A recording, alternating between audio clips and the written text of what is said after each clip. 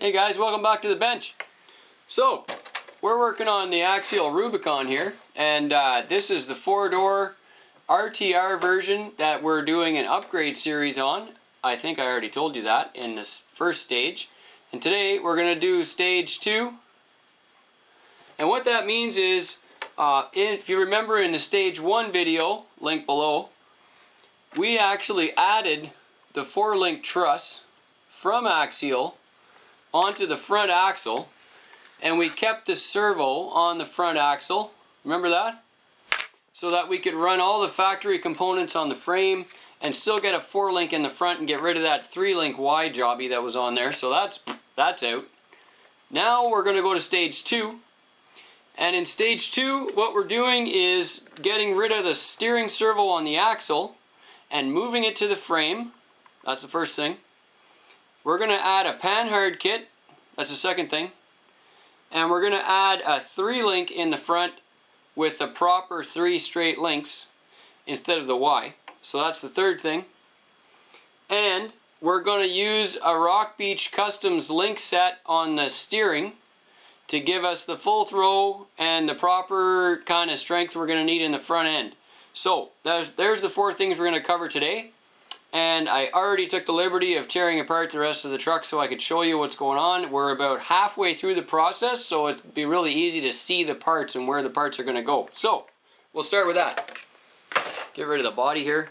So, what I did is, as you can see, I tore the axle out of the truck. I tore the links off.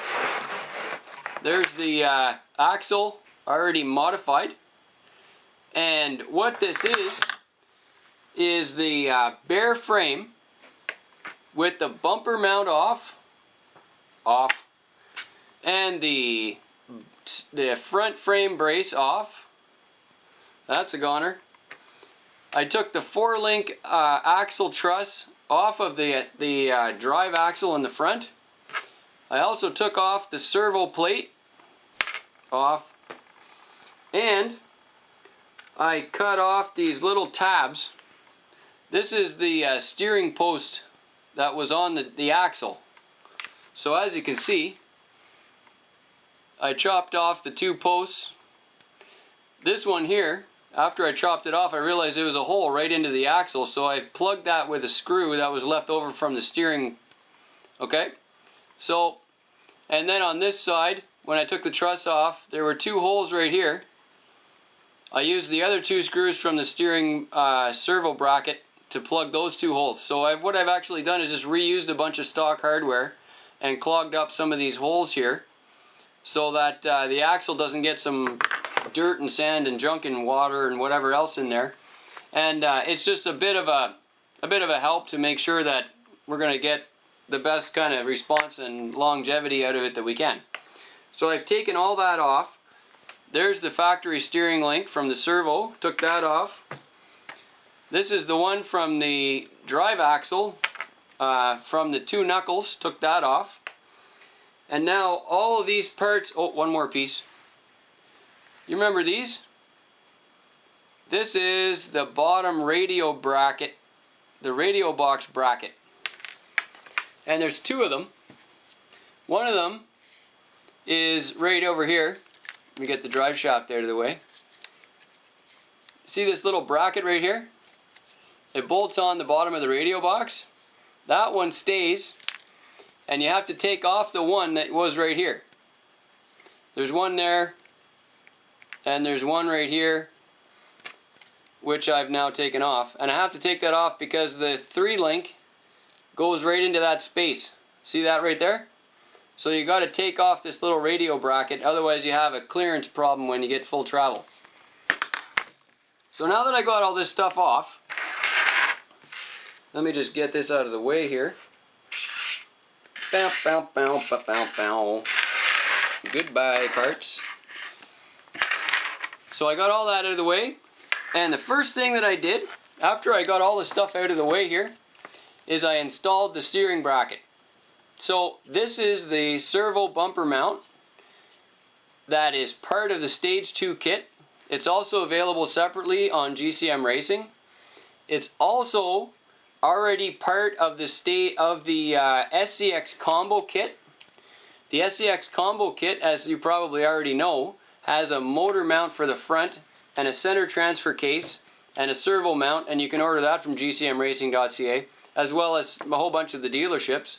So what I did first is with this stage 2 kit, I dropped the servo mount in, and I used the new hardware that comes included with it, and I put the bumper back on.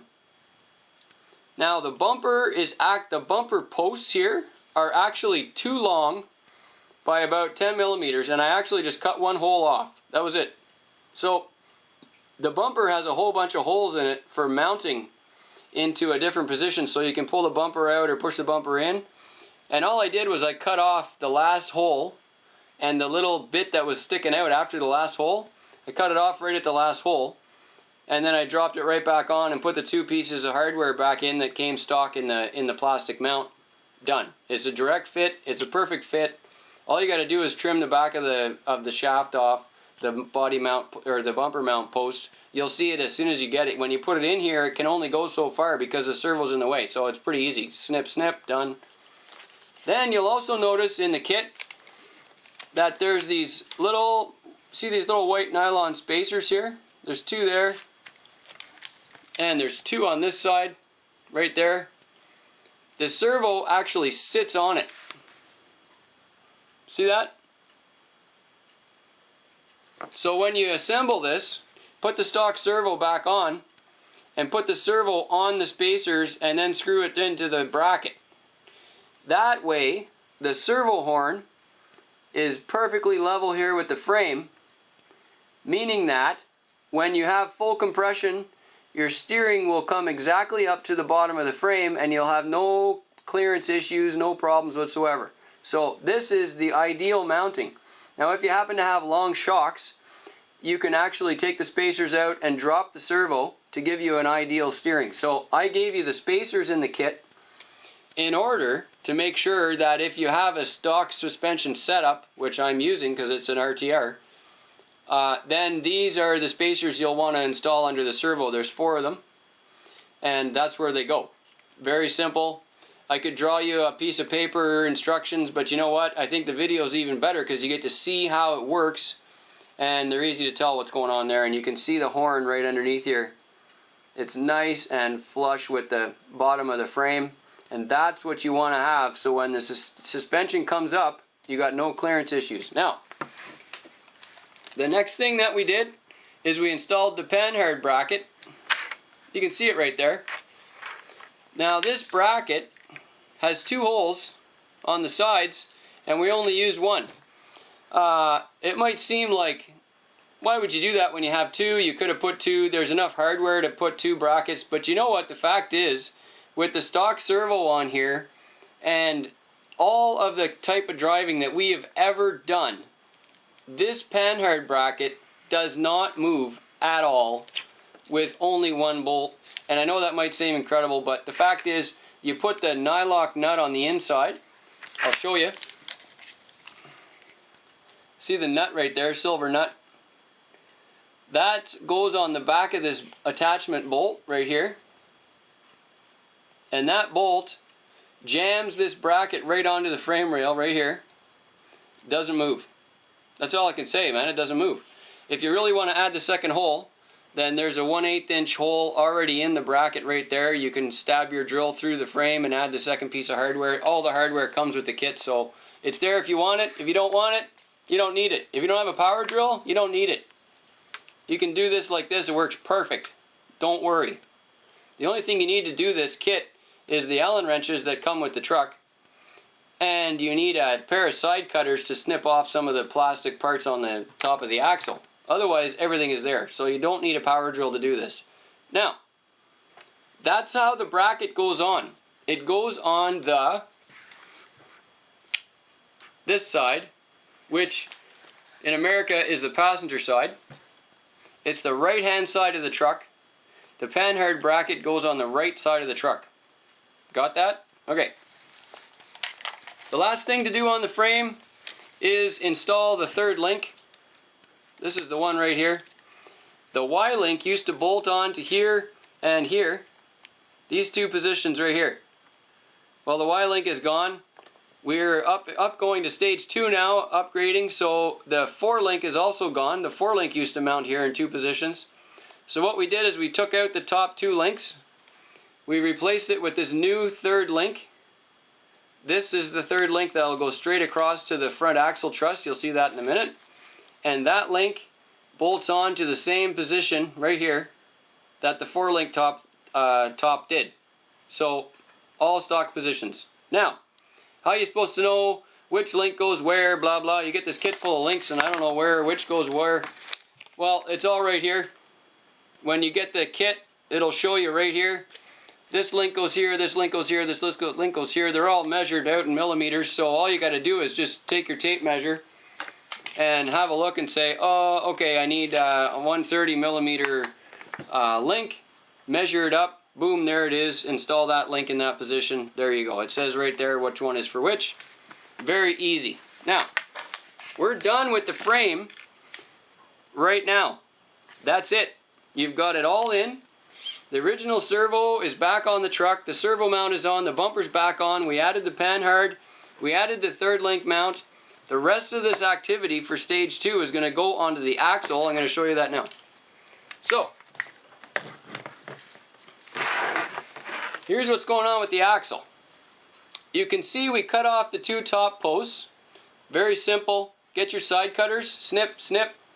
Add a couple of extra pieces of hardware in here to plug in the holes so you don't get sand and dirt and water in there.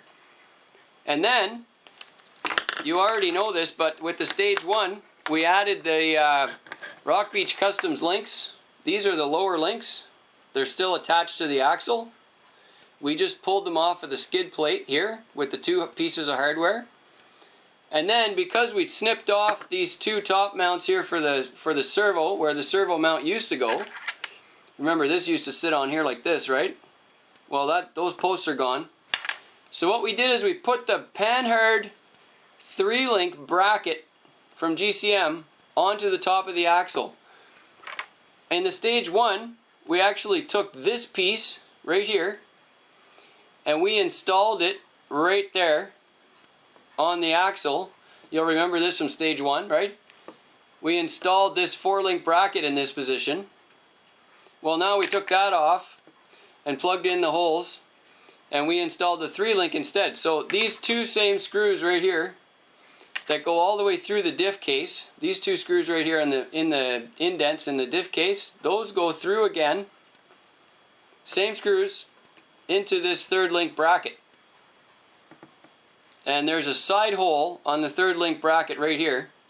And this side hole is where we're going to attach that link on the frame, that top link that we added. Got it? Okay. Shocks. Nothing changes with the shocks. I just have them attached to the axle with the lower links from stage 1. They're still on there. Now you'll also notice that we've got the Rock Beach Custom steering link on here. This is the servo actuator link that goes onto the one side. You already know how to do that. And then we got the Rock Beach Customs front straight link. Perfect. Now I'm a bit crazy on my truck setups. I must admit, I vary from stock fitment all the time. Anybody that looks at my trucks can't figure out why I've got a spacer here and a shim there, but it's important to me. And if you're wondering why there's these 2 little brass washers here, these are just little lock washers I found in my hardware box. But they actually make the cross link about 2 millimeters longer, and it gives me a very small amount of toe out. So you probably won't be able to see it on the video, but it gives me the tiniest bit of toe out. And I like my trucks to have a tiny bit of toe out, only a degree or 2 at the most. And I find it really helps with the steering, especially when you're doing side hilling and stuff, because then you get, it's not Ackerman, but it exaggerates the inside wheel a little bit, because you're still going to have lock to lock, right? Your steering is still going to go lock to lock on the truck, where the steering knuckle's banging onto the C-hub, and that's as far as it'll go in stock with stock stuff. So if this is if this is locked right up, and the steering link is a couple millimeters longer, which is what I like, you actually get a little bit more steering on the inside wheel. Anyways, It's just a tech setup thing I thought I'd add in there because I do it to just about all my trucks. Almost all my trucks, just about every one of them, has a little bit of toe out on the front. And I find it really helps a lot in the trail. So anyways, there's a little tech tip. So I've got the steering links here from Rock Beach Customs installed. They're part of the Stage 2 kit. So there's a lot of stuff in this kit. We'll go through it at the end again to make sure you understand what's all in here, but there's a lot of stuff. Here's the Panhard link.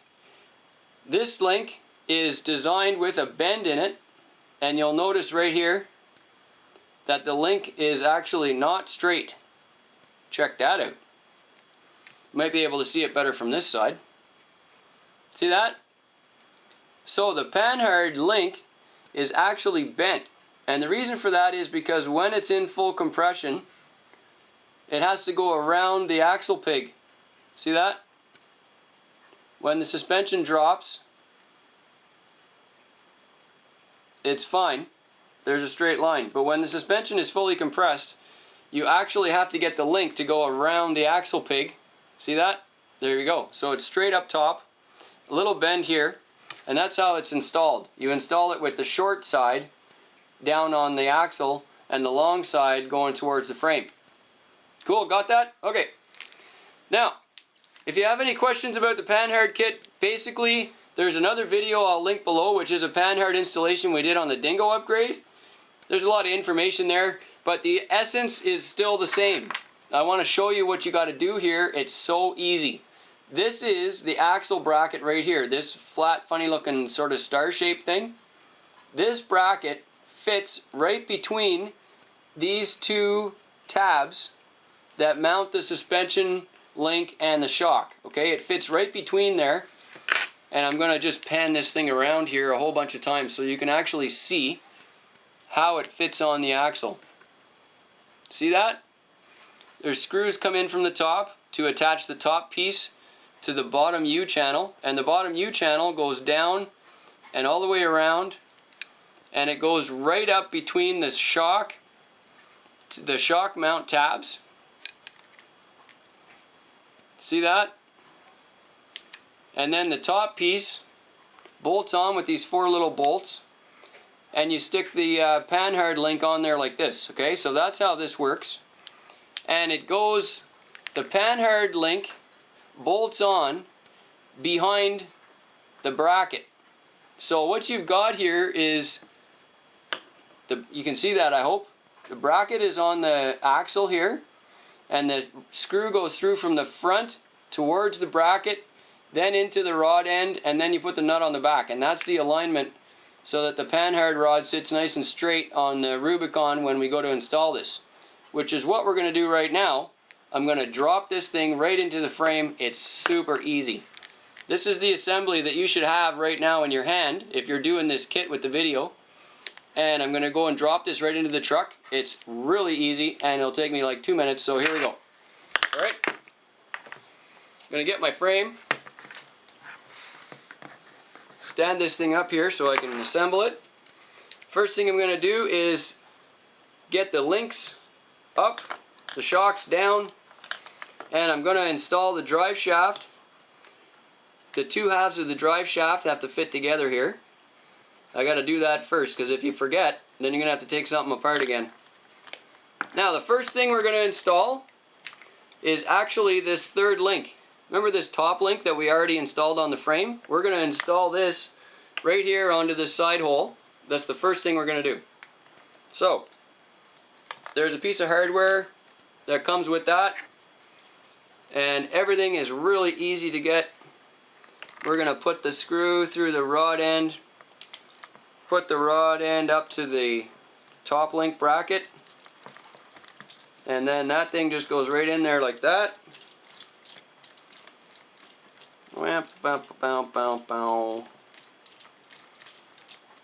And that's all there is to that. So give that a little crank. So now we've got the top link attached.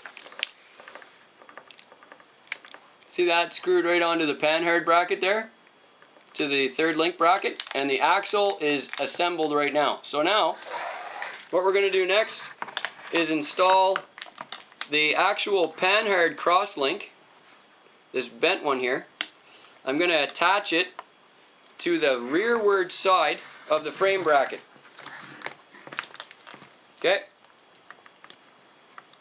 And the easiest way to do that for later servicing is to put the screw through from the front, drop it in, we get our nut, put the nut in at the back, and I'm just going to grab my pliers here and wrench that thing on like this.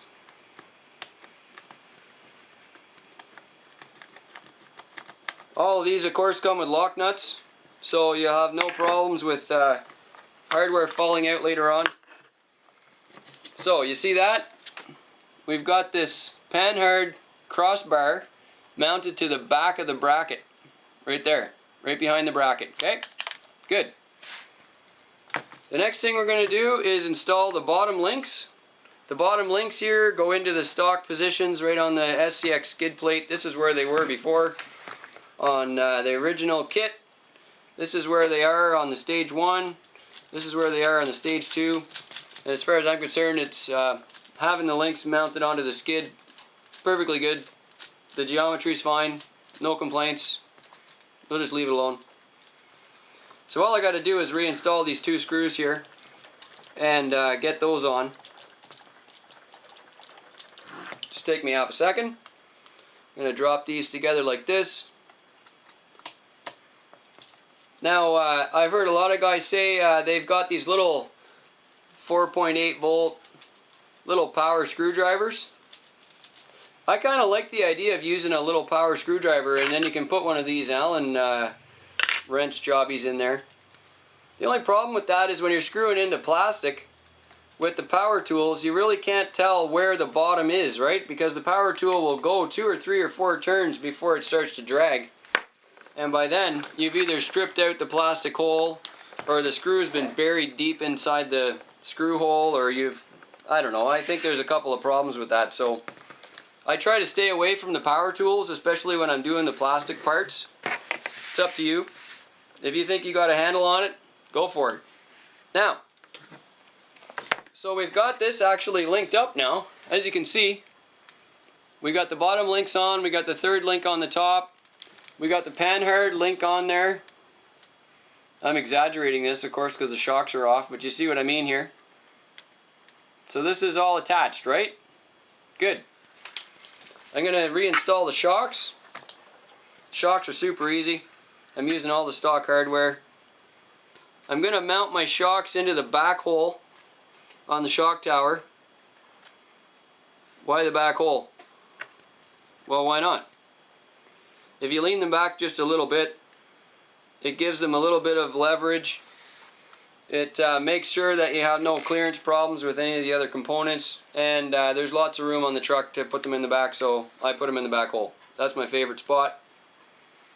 I'm pretty sure they come in the front hole, but I'm moving them to the back hole. There we go. That was all there is to that. So I'll give you an idea of the suspension movement you should have here. So this is all stock stuff here. You've been watching all along. I don't have to describe it to you. So we've got full compression here. There's no contact with any of the links anywhere in this stage 2 setup. Okay? If you do, you might have something installed wrong, or we might have sent you the wrong part, but the chances are, if you set this up the same way as this video, you should have full compression on both sides with no contradiction of terms anywhere. And all the stuff ought to just bolt right back on where it was. So you see where I've got? Everybody happy? Full suspension there. The drive angle is nice. See the driveline angle here? The pinion gear sits just at the same bottom, just at the bottom of the links. So you don't have anything extra catching along there. That's good. It's nice. And as you can see, we've got a nice, I don't know, maybe 5 or 6 degrees of caster here still on the stock axial axle. So that's good too. Now, the only thing left to do is attach the steering link onto the servo horn, just like this. So I'm just going to drop in that screw there. and then I'll show you how to check for your full travel. You want to make sure that after you do any kind of modifications on the truck with links or with, well, with anything, don't bother taking it out on the trail until you're actually going to check it over and make sure you still have full travel everywhere. Make sure you still have all your full steering throws and everything. So there, I've got the steering link attached to the servo. The servo doesn't even have to get reversed or anything, because once you take it off the axle and put it in this situation the same way, the steering is exactly the same. You shouldn't have to change your endpoints or anything. It should be bang on. But just in case, make sure that you're getting full throw on the steering. Okay, so there we've got it. Pretty simple. That's the stage 2 upgrade. All done. That's it. Everything that I just used comes in the stage 2 kit for the Axial Rubicon, including the links and everything. And everything is right here listed, so all you got to do is follow the sizes of the links here. You'll be able to put in all the components with all the stock hardware or hardware that we give you. And at this point, you've got extra scale points for having the servo on the frame. And you've got a super bulletproof, tough 3-link and Panhard setup. Bash all you want. There's the instructions for the stage 2, guys. And we'll just get this body put back on here and the wheels. And we're back on the trail. Enjoy. Thanks for watching.